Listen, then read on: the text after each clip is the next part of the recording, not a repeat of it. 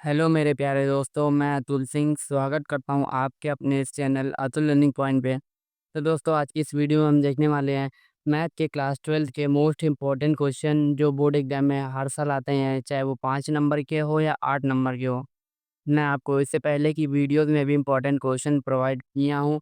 अगर आपने वो वीडियो नहीं देखी है तो वो वीडियो आप चैनल पे जाकर भी देख सकते हैं, या फिर मैं वो वीडियो की लिंक डिस्क्रिप्शन में दे दूँगा, आप वहाँ से भी जाके देख सकते हैं।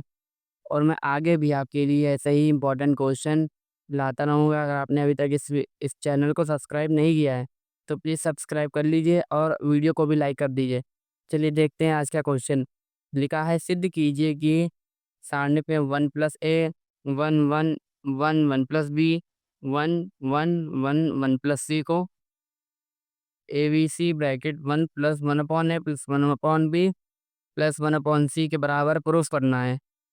तो सबसे पहले हम इसका हल डालते हैं। हल डाल दिए।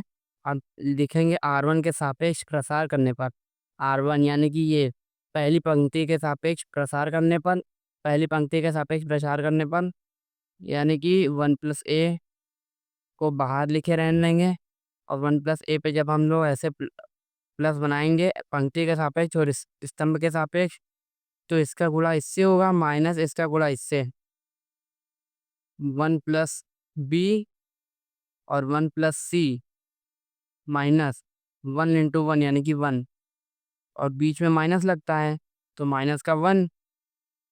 अब बीच वाले के सापेक्ष पंक्ति और स्तंभ के ऊपर प्लस बना देंगे, और 1 प्लस सी इधर जाएगा, सी 1 प्लस सी का इसके साथ गुणा होगा, माइनस 1 का 1 के साथ होगा, और प्लस।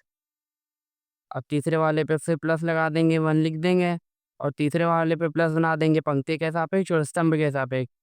तो इसका गुणा इससे होगा 1 इंटू 1, माइनस इसका गुणा इससे होगा तो 1 प्लस बी आ जाएगा। और 1 प्लस ऐसे ही रहने देंगे। 1 प्लस बी और 1 प्लस सी का अंदर गुणा कर देंगे, तो आएगा 1 plus C B plus B C. इसका गुणा इन दोनों से कर दिए हैं और इसका गुणा इन दोनों से कर दिए। माइनस 1 तो चल ही रहा है, माइनस 1 है, और ये प्लस 1 माइनस 1 कट जाएगा, तो अंदर केवल सी बचेगा। और प्लस 1 1 माइनस माइनस अंदर ब्रैकेट खोलेंगे तो साइन चेंज हो जाएगा, तो ये माइनस हो जाएगा और माइनस भी हो जाएगा। अब चलिए देखते हैं आगे 1 प्लस ए। अब चलिए देखते हैं, -1 से +1 कट गया, तो अंदर क्या बचा? अंदर बचा B plus C plus B C. Plus ना आगे पीछे लिख दे, कोई दिक्कत नहीं है। अब इसका गुणा अंदर करेंगे तो माइनस सी आ जाएगा, और ये भी प्लस माइनस कट गया, तो प्लस माइनस माइनस बी बचा। अब इसका गुणा अंदर कर देंगे, 1 का सबसे पहले कर देंगे तो आएगा B plus C plus B C. अब ए का गुणा अंदर कर देंगे तो आएगा A B plus A C plus A B C. और माइनस सी माइनस बी तो चल ही रहा है, प्लस सी से माइनस सी कट गया, प्लस बी से माइनस बी कट गया, तो अंदर क्या बचा? A B plus B C plus A C plus A B C, ये बचा। अब पूरी लाइन में ए बी सी कॉमन ले लेंगे, ए बी सी कॉमन ले लिए। ये ए बी है, ए बी से बी कट जाएगा तो 1/c यहाँ बचेगा, प्लस बी सी से बी सी कट जाएगा तो 1/a यहाँ बचेगा, ए सी से ए सी कट जाएगा तो 1/b यहाँ बचेगा, और ए बी सी पूरा ही कॉमन ले लिए तो यहाँ 1 बचेगा। अगर आप इसको चाहें तो आप राइट हैंड साइड की जैसे लिख सकते हैं, तो हमारा फाइनल आंसर आ जाएगा ए बी सी बराबर 1 plus 1 upon A plus 1 upon B plus 1 upon C. ये हमारा आंसर प्रूफ हो गया। अब चलिए देखते हैं अगला क्वेश्चन। ये भी एक मोस्ट इम्पॉर्टेंट क्वेश्चन है जो प्रीवियस ईयर में आ चुका है। तो चलिए देखते हैं अगला क्वेश्चन क्या कहता है। यदि किसी त्रिभुज की भुजाओं के मध्य बिंदु के निर्देशांक 1,5, -1, 0, 4, -2 और 2,3,4 है, तो इसके शीर्षों के निर्देशांक ज्ञात कीजिए। सबसे पहले हम एक त्रिभुज बना लेते हैं। ये हमारा एक त्रिभुज हो गया ए बी सी, ठीक है। इसको ए मान ले रहे हैं तो ए,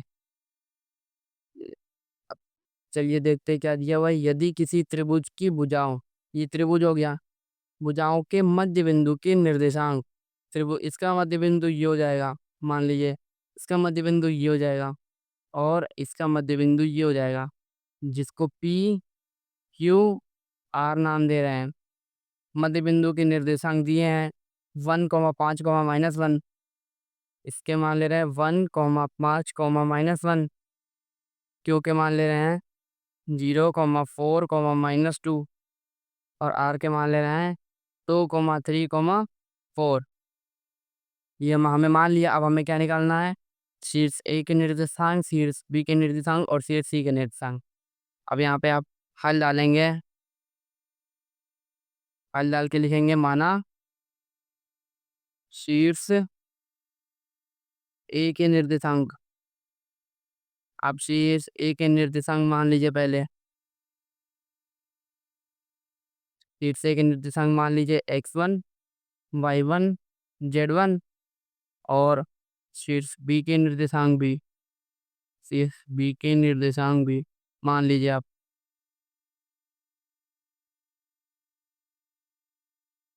x2, y2, z2।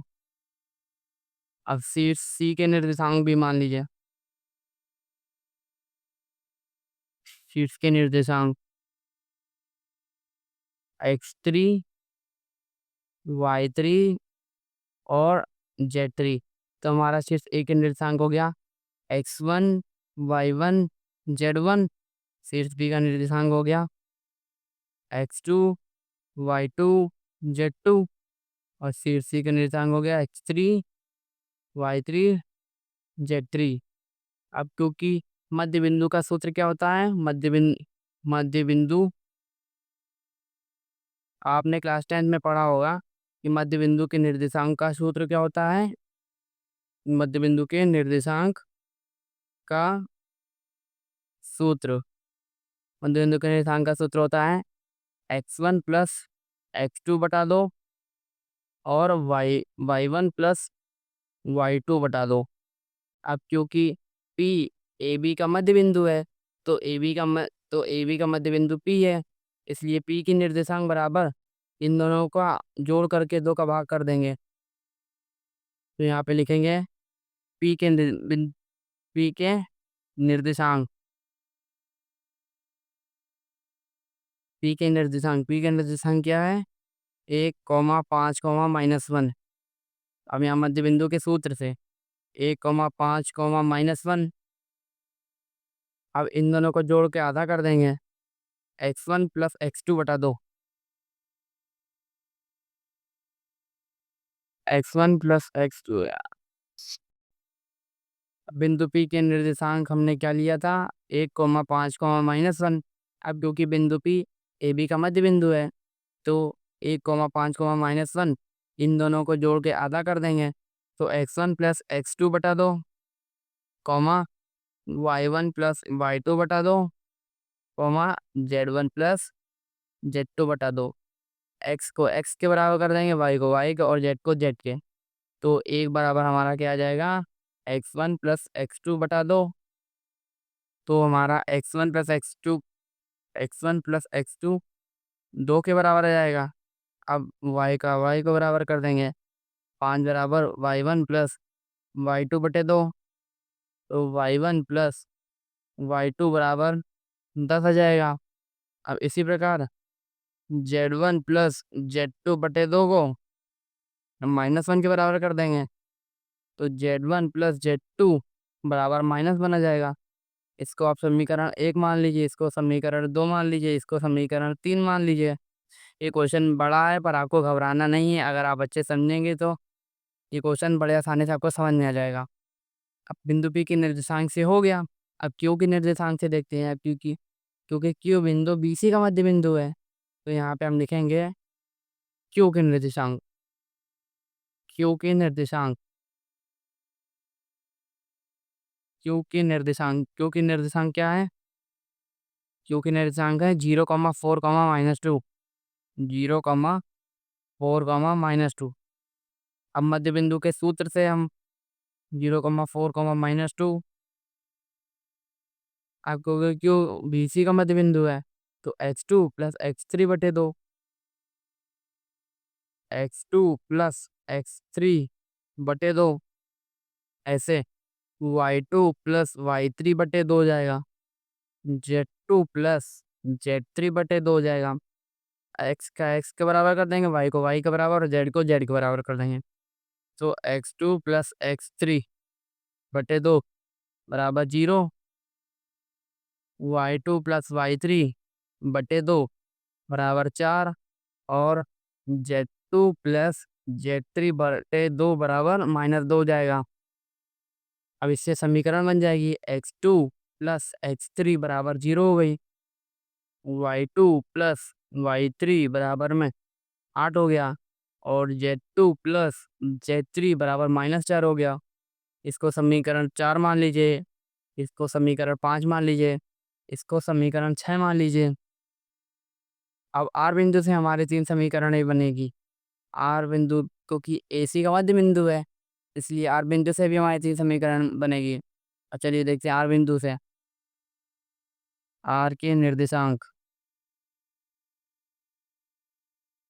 आर के निर्देशांक हमारे हैं, आर के निर्देशांक देख सकते हैं अब क्या है, 2,3,4, 2,3,4, 2,3,4 ए प्लस सी को जोड़ के आधा कर देंगे, यानी x1 प्लस x3 बटे 2, y1 प्लस y3 बटे 2, z1 प्लस z3 बटे 2 हो जाएगा।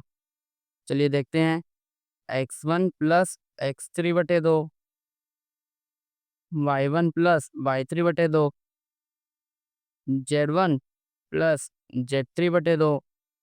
तो हमारी इससे समीकरण आ गई x1 प्लस x3 बटे 2 बराबर 2, y1 प्लस y3 बटे 2 बराबर 3, z1 प्लस z3 बटे 2 बराबर 4।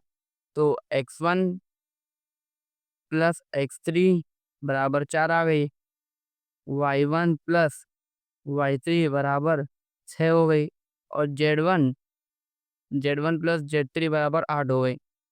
आप यहाँ तक समीकरण 6 मान लिए थे, तो समीकरण को 7 मान लीजिए, इसको समीकरण 8 मान लीजिए और इसको समीकरण 9 मान लीजिए।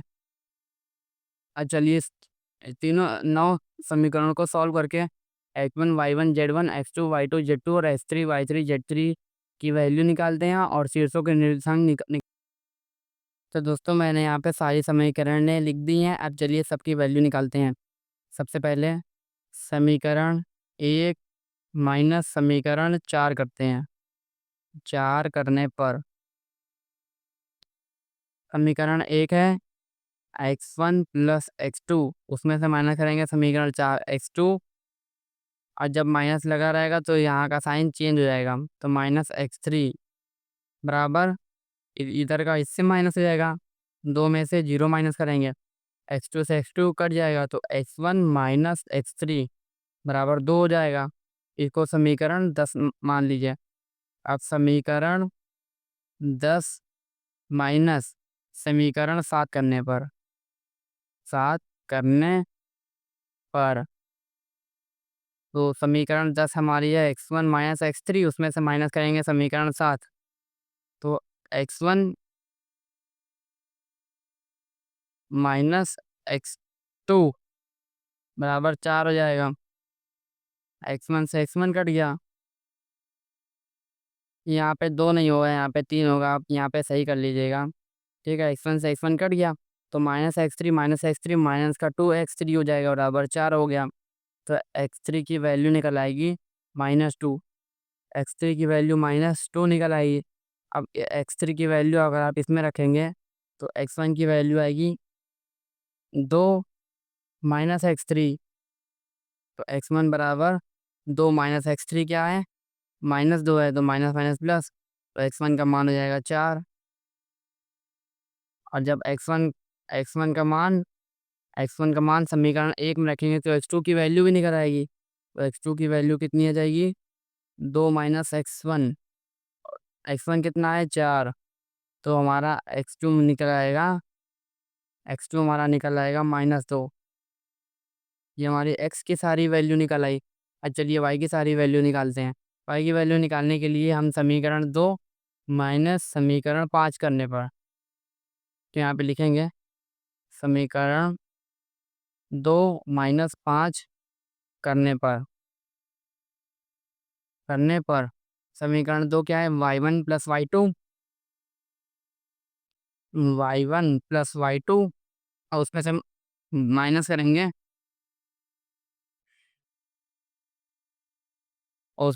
करेंगे, समीकरण 5 माइनस y2 माइनस y3 बराबर हो जाएगा 10 - 8। y2 से y2 कट गया तो y1 माइनस y3 बराबर 2 बचा। आप इसको समीकरण 11 मान लीजिए।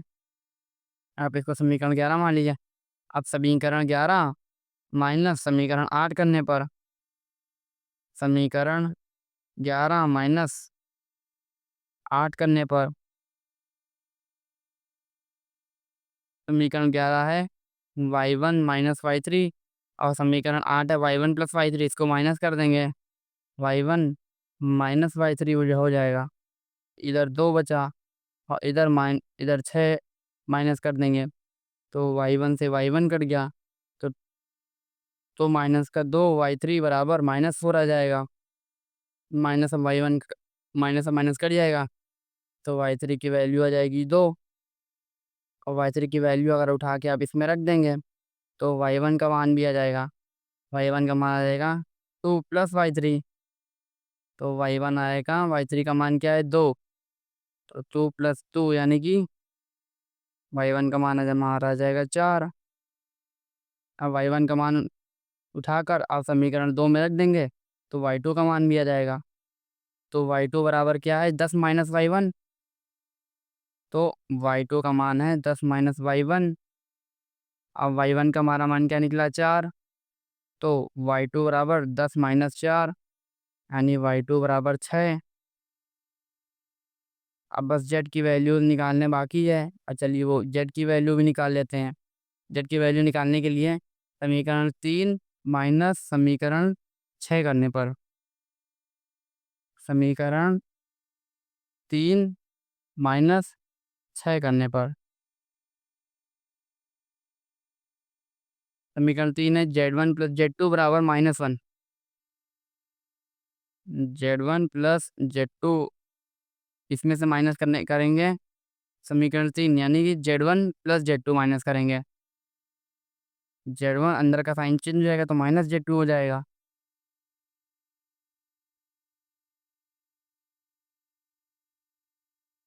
समीकरण समीकरण 3 में से समीकरण 5 माइनस करना था। यहाँ पे समीकरण 5 लिखेंगे, यहाँ समीकरण 5 लिखेंगे और ये समीकरण 3 है z1 प्लस z2, उसमें से माइनस करेंगे z2 प्लस z3 माइनस करेंगे, z2 हो जाएगा, यहाँ पे z3 हो जाएगा। यहाँ पे -1 है तो -1 माइनस माइनस प्लस हो जाएगा यहाँ पे, तो -1 +3 हो जाएगा। z2 से z2 कट गया तो z1 माइनस z3 बराबर 2 हो जाएगा। इसको समीकरण 13 मान लेते हैं। अब समीकरण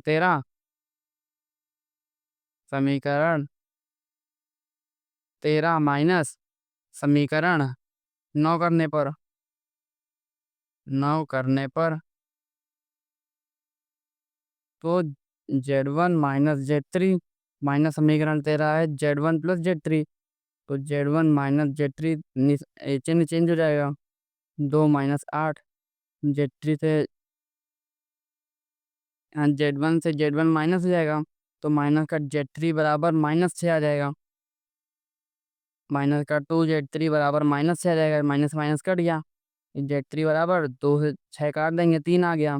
z3 का मान हमारा 3 आ गया और z3 का मान उठा के इस समीकरण 13 में रख देंगे तो z1 बराबर आ जाएगा 2 प्लस z3, 2 प्लस z3 कितना है 3, तो z1 हमारा आ जाएगा 3 तो 5, z1 आ गया, z3 आ गया। अब चलिए z2 निकालते हैं। z2 निकालने के लिए समीकरण 3 में हम Z1 का मान रखते हैं जिससे Z2 भी निकल आएगा। समीकरण हमारी 3 है, Z1 प्लस Z2 बराबर -1। तो Z2 निकालने के लिए Z1 का मान 5 है, यहाँ रख देंगे, प्लस Z2 बराबर -1। तो Z2 का मान हमारा निकल आएगा यहाँ से -1 -5 बराबर -6। हमारा Z1 X1 Y1 X3 है, Y2 हमारा X1 X2 X3 Y1 Y2 Y3 Z1 Z2 Z3 तीनों का मान आ गया। अब चलिए यहाँ पे आंसर लिखते हैं। शीर्ष ए के निर्देशांक, ए के निर्देशांक, शीर्ष ए के निर्देशांक हमारा क्या था, X1 Y1 Z1। तो X1 हमारा कितना निकला, X1 हमारा निकला 4, Y2 हमारा कितना निकला, Y2 हमारा निकला 6 और Z1 हमारा कितना निकला 5। तो हमारा शीर्ष ए का निर्देशांक हो गया 4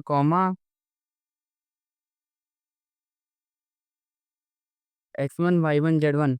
तो X1 का मान हमारा निकला 4, Y1 का मान हमारा निकला 4 और Z1 का मान हमारा निकला 5। 4 4 5 और शीर्ष बी के निर्देशांक, शीर्ष बी के निर्देशांक हो गई X2 Y2 Z2। X2 का मान हमारा निकला -2 और Y2 का मान हमारा निकला 6 और Z2 का मान हमारा निकला -6। और शीर्ष सी के निर्देशांक,